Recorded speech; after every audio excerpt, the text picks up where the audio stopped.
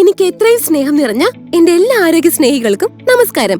നമുക്കൊട്ടും താമസിയാതെ വീഡിയോയിലേക്ക് പ്രവേശിക്കാം. നിങ്ങൾക്ക് ഗരിക അറിയാമോ? ഇത് ഒരു തരം പുല്ലാണ്. ഗണേശ പൂജയിൽ നമ്മൾ ഇത് ഉപയോഗിക്കുന്നുണ്ട്. കൂടാതെ സംക്രാന്തി ചടങ്ങുകളിൽ ഗരിക കൊണ്ട് അലങ്കരിക്കുന്നത് കാണുവാനും സാധിക്കും. ഇനി ഈ ഗരിക ഉപയോഗിച്ച് എന്തൊക്കെയാണ് ചെയ്യുന്നതെന്ന് നോക്കാം. ഇംഗ്ലീഷിൽ ബർമുഡ ഗ്രാസ് എന്നാണ് ഗരികയെ അറിയപ്പെടുന്നത്.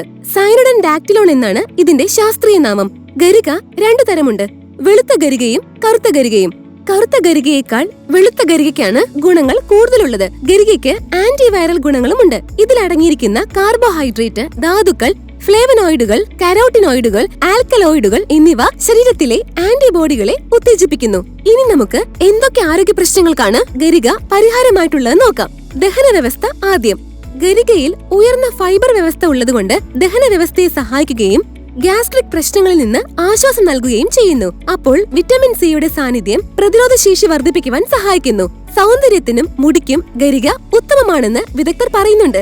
ഇവ കൂടാതെ പല ആരോഗ്യ പ്രശ്നങ്ങളും ഗരിക കൊണ്ട് നമുക്ക് ഇല്ലാതെയാക്കുവാൻ സാധിക്കും. അതെങ്ങനെയാണെന്നറിയാമോ? രാവിലെയും വൈകുന്നേരവും ഒരു കപ്പ് ഗരികയുടെ കഷായം വെച്ചു കുടിച്ചാൽ വൃക്കയിലെ കല്ലുകൾ സ്വയം അലിഞ്ഞു പോകും. മൂത്രത്തിലൂടെ രക്തം വരുന്നത്, മൂത്രം ഒഴിക്കുമ്പോഴുണ്ടാവുന്ന വീക്കം തുടങ്ങിയ പ്രശ്നങ്ങൾക്ക് നല്ലൊരു പരിഹാരമായി ഗരിക ജ്യൂസ് ഉപയോഗിക്കാം. കൂടാതെ മുറിവിൽ നിന്ന് രക്തം വരുന്നുണ്ടെങ്കിൽ പച്ച ഗരിക പുല്ല്, ഉത്തരേണിയുടെ ഇലകൾ, ചെറിയ ഏലക്കായ എന്നിവ യോജിപ്പിച്ച് മൃദുവായ പേസ്റ്റ് രൂപത്തിലാക്കി മുറിവുകളിൽ പുരട്ടുന്നത് മുറിവുകളിൽ നിന്നുള്ള രക്തസ്രാവം കുറയ്ക്കും. കൂടാതെ ചൊറിക്കും, ചൊറിച്ചിലിനും, ചുണങ്ങുകൾക്കും തുടങ്ങിയ ത്വക്ക് രോഗങ്ങൾക്കും ഗരികപ്പുല്ലും പിന്നെ മഞ്ഞളും ചേർത്ത് അരച്ചു പുരട്ടിയാൽ ഈ പ്രശ്നങ്ങൾ ഒരു പരിധിവരെ കുറയ്ക്കുവാൻ സാധിക്കും.